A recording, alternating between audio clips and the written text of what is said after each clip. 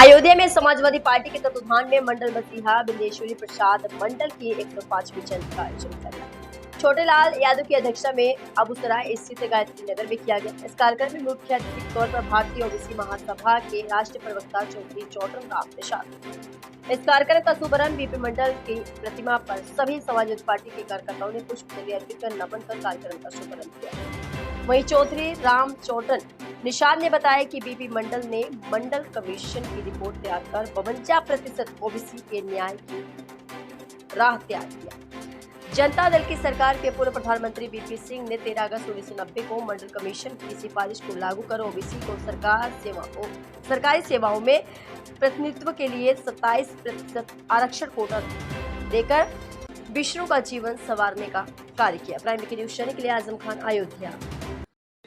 मंडल मसीहा बीपी मंडल जी की 105वीं जयंती के अवसर पर अयोध्या की धरती पर परम आदरणीय छोटेलाल यादव जी, जो समाजवादी पार्टी के वरिष्ठ नेता हैं, और महिला सभा की जिलाध्यक्ष सरोज यादव जी, हमारे बीएसए साहब राम लखन यादव जी, इंद्रपाल यादव जी आदि के प्रयासों से आज बीपी मंडल जी की जयंती का आयोजन अयोध्या की धरती पर किया गया है।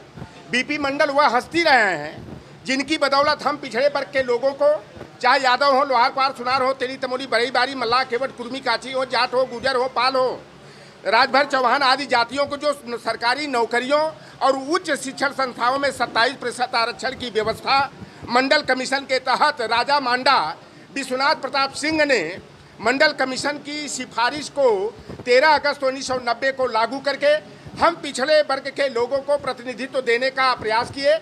और अर्जुन सिंह जी ने 2006 में जो है कांग्रेस पार्टी की सरकार के कार्यकाल में उन्होंने उच्च शिक्षण संस्थाओं में 27% ओबीसी को आरक्षण दिए। आज उसी महापुरुष की हम लोग जयंती मना रहे हैं और इस अवसर पर देश के प्रधानमंत्री नरेंद्र मोदी जी अपने को नीच जाति का, पिछड़ी जाति का बताने में अघाते नहीं हैं, और देश के शिक्षा मंत्री चर्चाएं होगी। आज पिछड़ों की आवाज़ और पिछड़ों को इस देश में संवैधानिक भागीदारी दिलाने वाले सामाजिक न्याय के प्रणेता बीपी मंडल जी की जयंती है। और जयंती के इस अवसर पर हम सबसे पहले यहाँ उपस्थित पत्रकार साथियों को, अपने सम्मानित भाइयों को जो हमारे बीच में आए हुए हैं, और प्रदेशवासियों को हार्दिक बधाई देते हुए मंडल जी के चरणों में श्रद्धा सुमन अर्पित करते हुए आपको बताना चाहते हैं कि बीपी मंडल जी के इस कार्यक्रम में आज मुख्य अतिथि के रूप में भारतीय पिछड़ा वर्ग के वो राष्ट्रीय प्रवक्ता माननीय लौटन राम निषाद जी हमारे बीच में आए हुए हैं। हमारे बीच में हमारे साथी अमृत राजपाल जी, जो सांस्कृतिक उस विभाग के राज्य मंत्री भी रह चुके हैं समाजवादी पार्टी की सरकार में, आप उपस्थित हैं। पार्टी के वरिष्ठ नेता ये इंद्रपाल यादव जी हैं, महिला सभा की जिलाध्यक्ष सरोज यादव जी हैं, नागेश्वर कौरी जी हैं, मुकेश यादव जी, जयप्रकाश जी सचिव हैं। गोष्ठी में देखिए बीपी मंडल जी को लोग भूल चुके थे। उन्होंने जो कुछ भी समाज के लिए किया था वो अपने आप में जितना कुछ उन्होंने किया था, आज उसी के बदौलत इस देश का पिछड़ा वर्ग सामाजिक क्षेत्र में, आर्थिक क्षेत्र में और शैक्षणिक क्षेत्र में जो उसको बदलाव नज़र आ रहा है, और शासनिक प्रशासनिक में, नौकरशाही में और न्यायपालिका के क्षेत्र में जो कुछ भी भागीदारी नज़र आ रही है, वो सारी की सारी चीज़ें हमारे नेताओं के बड़े ही अथक संघर्षों के प्राप्त हुआ है। वो सारी की सारी चीज़ें हमें संविधान से प्राप्त हुई, और संवैधानिक व्यवस्था के तहत जो विभिन्न आयोग गठित हुए उनकी सिफारिशों से प्राप्त हुई हैं। और उनको आज इस देश का जो भाजपा की सरकार है, संघ की सरकार है और मोदी जी की जो सरकार है, वो उसको पचा नहीं पा रही है। तो वो इस जो विकास की धारा पिछड़ों में थोड़ा बहुत आगे बढ़ी है, उसके जो मूल में बैठा हुआ संविधान है उसे छीन लेना चाहते हैं। तो आज जयंती की इस अवसर पर हम अपने दलित पिछड़े साथियों से अनुरोध करना चाहेंगे और कहना चाहेंगे कि वे सब कुछ भूल जाएं, जो उनका कॉमन एजेंडा है संविधान को बचाने का, उस मुद्दे पर एक हो जाए, एक हो करके जो उनके संविधान को छीन रहे हैं उनसे सत्ता छीन लें और मंडलवादियों की सत्ता इस देश में लाने का काम करें।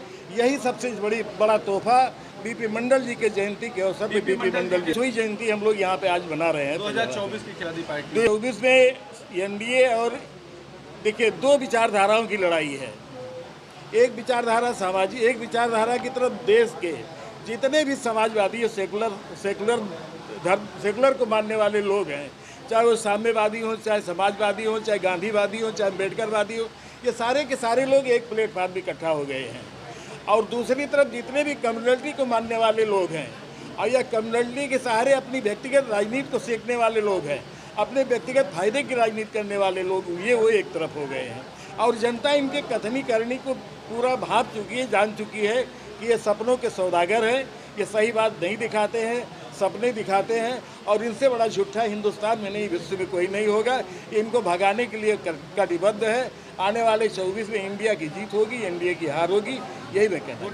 आज बीपी मंडल जी की जयंती, बिंदेश्वरी प्रसाद मंडल जी की आज 105वीं जयंती हम लोग अबूसराय के कैंप कार्यालय में मना रहे हैं। और इसका यही उद्देश्य है कि जो हम लोग भूल गए हैं, जिन्होंने हम लोगों को आज यहाँ उठकर खड़ा होना, बोलना सिखाया, हम लोगों के मेरे अधिकार को देना सिखाया, उन लोगों में हम लोग भूल गए थे। उन लोगों को याद दिलाने का काम हम लोग अब समाज में जगाने का काम कर रहे हैं।